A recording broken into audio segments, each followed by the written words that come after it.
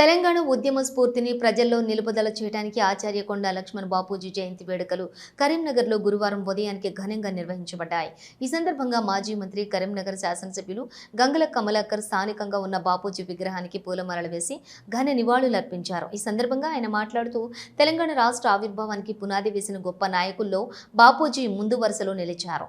ఆయన నిస్వార్థంగా ప్రజల హక్కుల కోసం పోరాడిన ఉద్యమ నేత, విద్యావేత్తగా, రాజనీతిజ్ఞుడిగా, ఉద్యమకారుడిగా ఆయన జీవితంలో ఎన్నో త్యాగాలున్నాయి. నేటి తరం యువతకు ఆయన జీవితం ఒక స్ఫూర్తి దీపంగా ఉండాలి అని అన్నారు.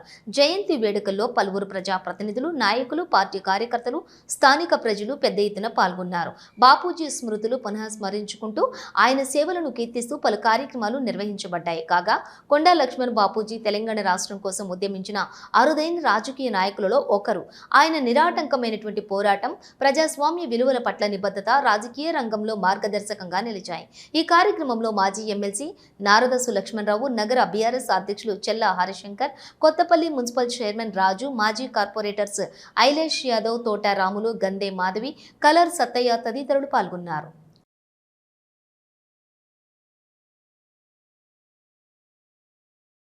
ఈరోజు కొండా లక్ష్మణ్ బాపూజీ యొక్క 110వ జయంతి కార్యక్రమాన్ని అంగరంగ వైభవంగా రాష్ట్రం తెలంగాణ రాష్ట్రంలో జరుపుతుంది. ఒక పద్మశాలి కులాల బిడ్డే కాదు, తెలంగాణ ఆస్తిగా భావించుకుంటాం కొండా లక్ష్మణ్ బాపూజీ గారు.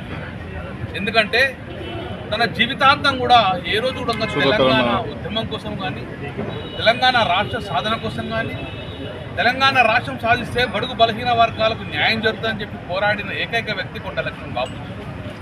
తెలంగాణనే నా జీవితకాలం, తెలంగాణ వచ్చేవారు కూడా నేను నా మంత్రి పదవిని త్యాగం చేస్తా అని చెప్పిన గొప్ప వ్యక్తి ఈరోజు కొండా లక్ష్మణ్ బాపూజీ. చాలామంది రాజకీయ నాయకులు రాజకీయ పరంగా రాజీనామా చేస్తా, మంత్రి పదవి రాజీనామా చేస్తా అని చెప్పి మళ్ళీ తొందరనే రాజీనామా విత్డ్రా చేసుకున్న దాఖలాలు ఎన్నో ఉన్నాయి. కానీ కొండా లక్ష్మణ్ బాపూజీ అయిన ఒక నాయకుడు తెలంగాణ రాష్ట్రం వచ్చిన తర్వాతనే మళ్ళీ నేను మంత్రి పదవి చేపడతా అని చెప్పి తన మంత్రి పదవి కూడా రాజీనామా చేసిన గొప్ప వ్యక్తి కొండా లక్ష్మణ్ బాపూజీ. ఇప్పుడు అతను ఢిల్లీకి కూడా మమ్మల్ని అందరూ తీసుకువెళ్తే మేము కూడా ఢిల్లీలో జంతర్ మందిరంలో కొండా లక్ష్మణ్ బాపూజీ పక్కన ఉద్యమం చేసిన ఆ అదృష్టం కూడా నాకు కలిగింది. వారి వెంబడి 2 రోజులుగా నేను ఢిల్లీలో కూడా జరిగింది. వారి మాటల్లో చూస్తే కూడా నా వయసు ఇప్పుడు ఇంత ముసలితరం అయినా కూడా నా కోరిక వేరే ఏం లేదు. తెలంగాణ వచ్చిన తర్వాతనే నా కళ్ళతోటి తెలంగాణ రాష్ట్రాన్ని చూసి చనిపోవాలనుందని చెప్పి గొప్పగా ఎత్తున వ్యక్తి.